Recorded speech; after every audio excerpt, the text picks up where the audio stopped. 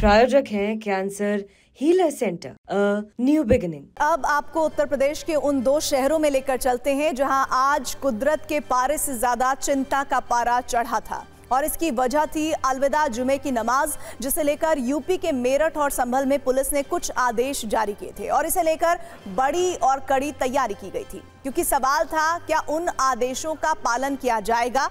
अब जो तस्वीर आई है वो काफी राहत देने वाली है।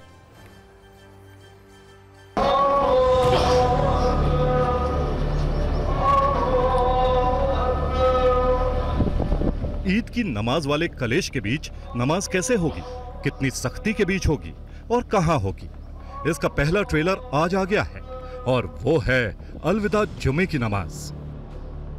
वैसे तो आज देश के लगभग सभी शहरों में ईद से पहले आखिरी जुमे की अलविदा नमाज की गई, लेकिन जिन 2 शहरों को लेकर हर किसी के मन में सबसे ज्यादा धक-धक हुई वो है उत्तर प्रदेश का मेरठ और संभल, जहां ईद की नमाज और अलविदा नमाज को लेकर पहले से काफी कलेश हो चुका है।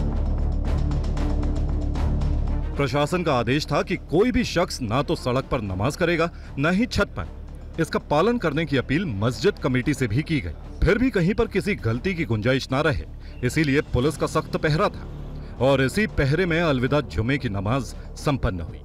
मेरठ के शाही जामा मस्जिद के बाहर इस वक्त हम मौजूद हैं। अलविदा की नमाज अब खत्म हो गई है और आप देख सकते हैं तमाम जो नमाजी हैं वो एक एक करके अब शाही जामा मस्जिद से बाहर निकल रहे हैं। तकरीबन 40 से 45 मिनट का समय था जब तमाम नमाजी मस्जिद के अंदर थे।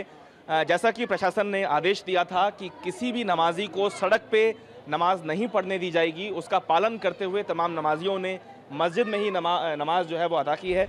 अच्छी बात यह थी कि हर नमाजी ने वहीं पर इबादत की जो स्थान नमाज के लिए निर्धारित किए गए थे, यानी मस्जिद और ईदगाह। मेरठ की शाही जामा मस्जिद में इसके लिए इंतजाम किए गए थे। क्या संदेश मिला आपको आज?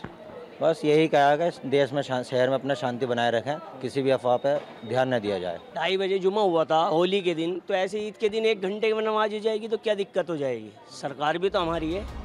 हालांकि मेरठ में सब कुछ अमन चैन और शांति के साथ संपन्न हो गया, लेकिन कुछ लोगों के मन में टीस रह गई। नमाज के लिए तो लोगों ने पाबंदी पूरी करी है, लेकिन ईद के लिए यह है कि खुले आसमान के नीचे होती है तो थोड़े बहुत लोग आ जाते हैं बाहर, क्योंकि वो मस्जिदों में पढ़ने का हुक्म नहीं होता। खैर आधे घंटे की बात होती है, आधे घंटे में तो खैर इतना बड़ा नहीं होना चाहिए।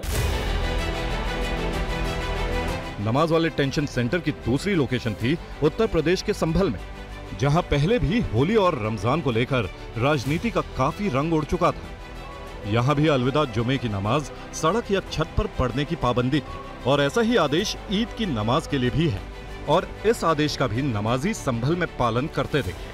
शाही जामा मस्जिद में आप देखेंगे तो नमाज अदा करने के बाद जो तमाम लोग हैं वो बाहर आ रहे हैं नमाज से। संभल में पैरामिलिट्री फोर्सेस की तैनाती की आप देखेंगे। एसपी कृष्ण कुमार बिश्नोई खुद शाही जामा मस्जिद पर इस वक्त मौजूद हैं। ये वो संभल है जहां तनाव का मीटर सबसे तेज चलता है, इसीलिए पुलिस ने भी अपनी ओर से पूरे इंतजाम कर रखे थे। नमाज से पहले फ्लैग मार्च किया गया। संभल में 11 RAF कंपनी तैनात थी।